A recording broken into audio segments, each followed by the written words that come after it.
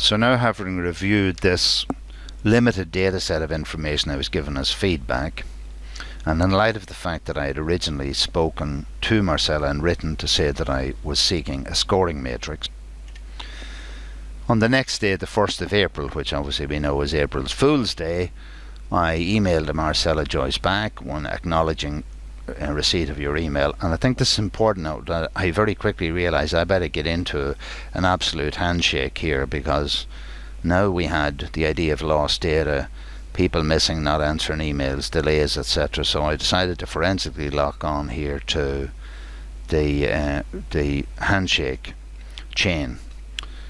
So I wanted to confirm that I hadn't received the letter and its contents. I said the postal address was correct, and I regularly receive post at this address. So again, to confirm, while living in the Gaeltacht on the shores of the Wild Atlantic Way, I have to say that the posties here are fabulous people. They're both personable, and I've received postage from various parts of the world. It always arrives here. They're very personal, very helpful, much more than I would have found in a built-up area or in an urban area. I got a monitor from Italy recently. I get material from Hong Kong, Jersey, England, Germany. It always arrives here. I have never had a piece of material get lost since I came up here. So that's my experience. So it said, then I asked, please confirm by return email how you intend to progress this unusual disappearance of the interview note. So one of the things that has struck me throughout this, that there didn't seem to be any interest by anybody from the official side, the CSO, to wonder why this letter might have gone astray. And again, the essence of this video is to ask people to think about the securitization of their data within the CSO. And as this evolves further, I want to revisit that. But even at this stage, 1st of April, I was asking, is somebody, what's your proposal for finding out what happened to these notes? Because these notes now, I'm being told, are the only copy. In other words, they are the original of the notes. So unfortunately, the dog ate the homework. There's no notes. And that, of course, contaminates the possibility of any possible independent and comprehensive review. I then went on to say, I note you failed me to provide me with the scoring matrix. I mean, my errors here, really, not that I can't spell, but I seem to be becoming what I call typingly dyslexic as I think faster. The scoring matrix for the interviews with the identities of the other candidates redacted for the purpose of privacy. So yet again, right from the outset, I was the one, in fact, in my original conversation on the 7th of March with Marcella Joyce, I was the person, not the CSO personnel, who from the outset made it quite clear that I was both cognizant of the need for privacy of people's identities, and that I did not want anyone else's information. So I would have been the people saying, go out of your way to redact all personally identifiable material, but give me everything else. So it was very clear in the delineation that was been on here, and I had discussed this with them originally. So that was on the 1st of April. So on the 4th of April, and again, everything seems to take time. Now, I might say, who am I to demand attendance? But to be fair, I've been writing since the 24th of February. We're now the 4th of April, trying to get information which should have been available, I believe, either at the drop of a hat or within 24 hours, if this system is in any way competent and living in the year of 2016. And this has not been the case. Not only have I not got it in time, it's been sent in formats that I specifically requested it wouldn't be sent, and it has been, as I call it, suitably disappeared. Anyway, I got a response on the 4th of April, and it says, in response to that, thank you for confirming receipt and address. Now, this is what it said. The letter was posted to that address on March the 14th, as outlined in the earlier email. I note it hasn't been returned, and I have asked a member of our administration section to look into it. So that's a response to what's her proposal to do something about it. She tells me she's asked a member of administration section, and I'm left to ponder and presume that someone's going to come back with a report, and the report will be mapped against some sort of procedure that people have for checking, what happens post. I also confirmed in a subsequent telephone conversation with yourself that unfortunately I posted one of the sheets in error. I had posted originally without taking copy. I also requested its return. And again, during that, I mean, I have never and still can't understand how somebody had documents, they give me a copy of one and an original of another. This is somebody's personal data. Again, we'll come down to that in detail. We're talking about, just to jump forward a little, my personal data, including my name, address, PPS number, the identity of the job I was in for, the marks, the marking scheme, and the backup support marks which purportedly support that outcome. Apparently they're claiming were sent. I'm trying to find out what's the procedure. I can say they didn't arrive here. So if they were sent by them and didn't arrive to me, they are in somebody else's hands, potentially somewhere. So they are possibly out there somewhere in the world. And that's a matter of grave concern to anybody who is remotely interested in the securitization and the very meaning of quality within the concept of the CSO. Just as an aside to jump out what I mean by that, I was looking up some information which we just review here on cases involving FOI material. So this is a case from the Office of the Information Commissioner, and it's a case that was involving the Act of 2014. So obviously it's quite recent. It talks about events in November 2014, etc. So this was conducted by a senior investigator who is authorised by the Information Commissioner to conduct this review. So this is a review. But the important piece of it that I wanted to draw your attention to was in the preliminary matters. This person, the reviewer, the Commissioner's representative, wanted to make this clear. So wanted to note a number of preliminary matters. And the particular one that I want to draw your attention to is this one here. And this is, finally, the release of a record under FOI is understood effectively to be equivalent to its release to the world at large. Now, I understand what this means is that it's considered that once the information is handed out, let's say through a Freedom of Information Act process, that information is now available to the whole world. If the information is given out outside of the Act, in other words, before invoking the Act, then one would presume all the more so that that information, I would argue, is understood effectively to be released to the world at large. Therefore, returning to this situation that I have, my personal data has left the protection of the Central Statistics Office. It has been sent by snail mail to me. I haven't received it. Apparently it contained an original document and a copy. It has been claimed that the letter was posted, and therefore the obvious thing, there's many a slip twixt cup and lip. So if it's not in the cup and it's not in the lip, it's somewhere out there, and therefore I must presume, based on the analysis by the Information Commissioner's representative, that this information is understood to be available to the whole world. Therefore somebody out there has this information about me, which I reckon from what I see has strong reputational damage for me, as we will evaluate the outcomes later on. I find this quite disturbing, but more importantly I find it disturbing that from the outset nobody in the CSO has shown any remote interest or recognition of this dilemma or problem for me or even for them.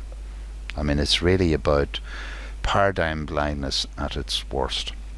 So anyway, going back to Marcella, she can however confirm that these notes were the rough work taken at the interview and subsequently transcribed onto a marking sheet which you have received.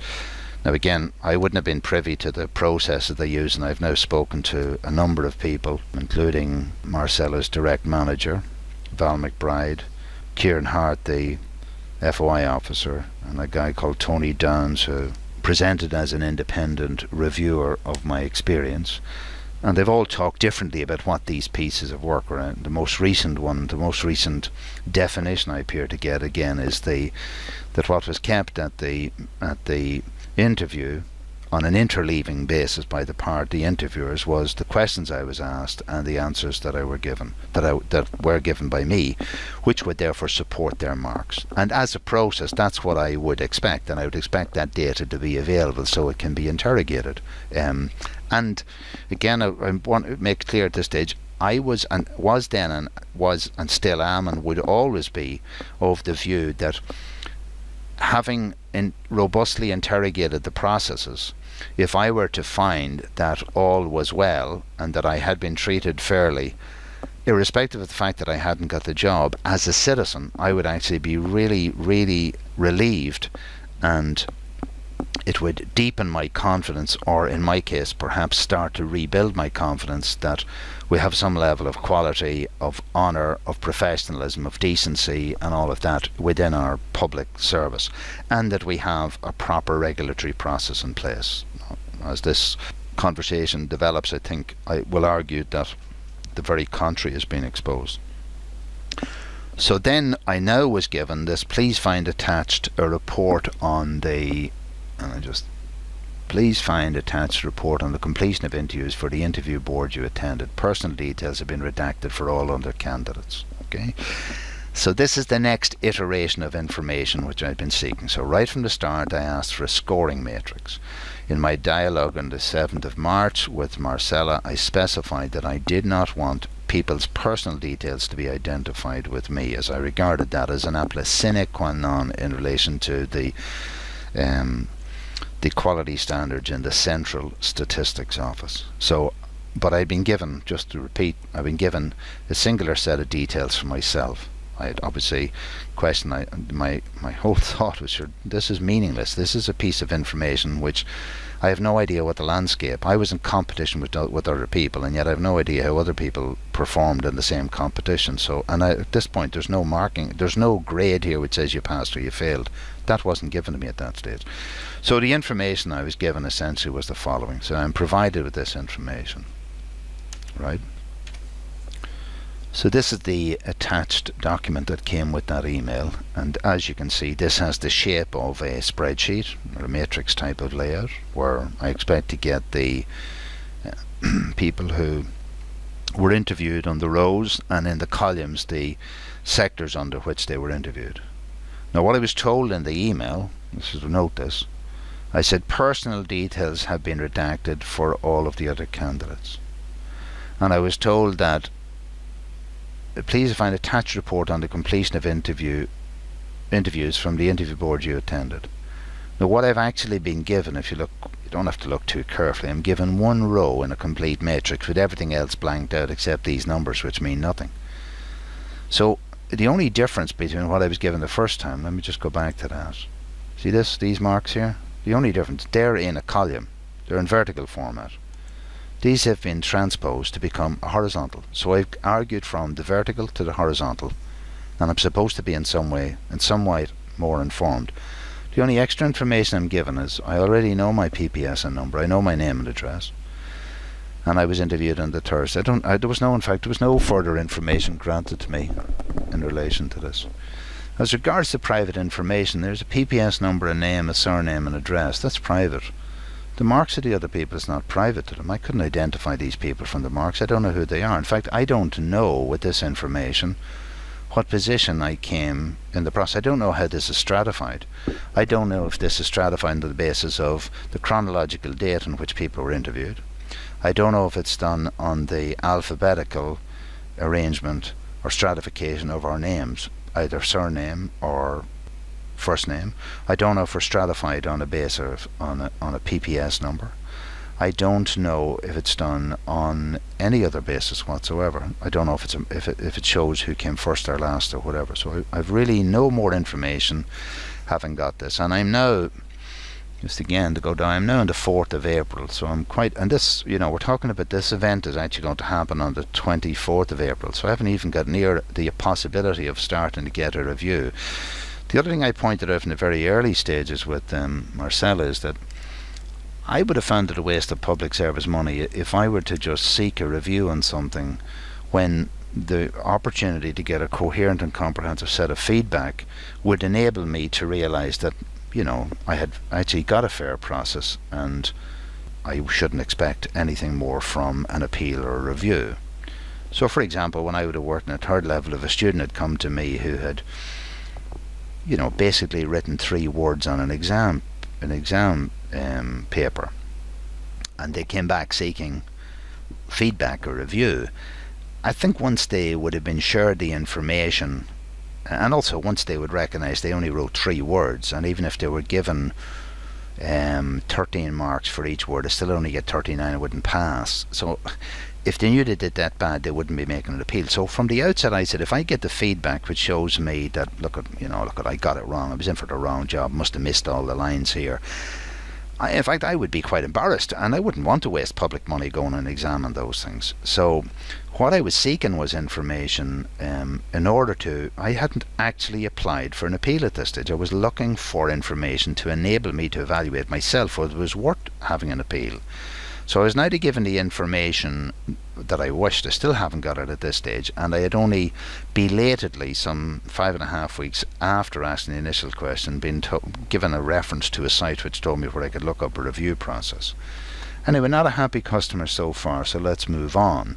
So that was got on the 4th of April, so the next day I wrote back to Marcella. So the letters are starting to get a bit longer. Just to say to you at this stage, this video's taken a lot longer than perhaps I thought it might initially, but I mean, my objective is to create a forensic analysis of what has happened over a period of time. I have gone to the trouble of collating and organising the correspondence between myself and the CSO in relation to this. I've put them all into an ongoing work in progress PDF, of which this is a particular version, the Census Enumerator Job Process Master Doc to the 22nd of the 4th 2016 update version 2, and this document is presently, and it will remain up on online at issue.com. so you can see there how this information is up there as a PDF on issue.com, and you can, so it's there for anybody to peruse or to go through that or to download it. And also, I mean, a lot of this work has only a meaning if it serves as some educational support process somewhere down the line for people to evaluate how processes are implemented and to what standard they're implemented. So at the moment the document contains, if we just kill that off there, the document contains 94 pages, so it's quite a long and detailed document, and therefore I understand it's quite difficult to wade through, which is the reason I wanted to do this in a visual format as an effort by me to improve the presentation and communication of what I think is a very important, fundamental problem in running and management of our public service systems, but perhaps to a wider sense. And I would argue that a lot of what emerges from these processes, what I call a systemic behavioral fractal within organizations, where I see patterns at microscopic levels which keep replicating themselves as they move from a micro to a macro perspective. It would be my argument from an organizational development change management perspective that in some way an intervention can be made at the dynamics or the mechanics of a fractal behavior, that if a positive improvement is made at the fractal algorithm per se, then that there's a massive leverage of change which takes place as you move from the micro to the macro. That would be the larger issue and topic I'm very interested in relation to Does It Matter research program.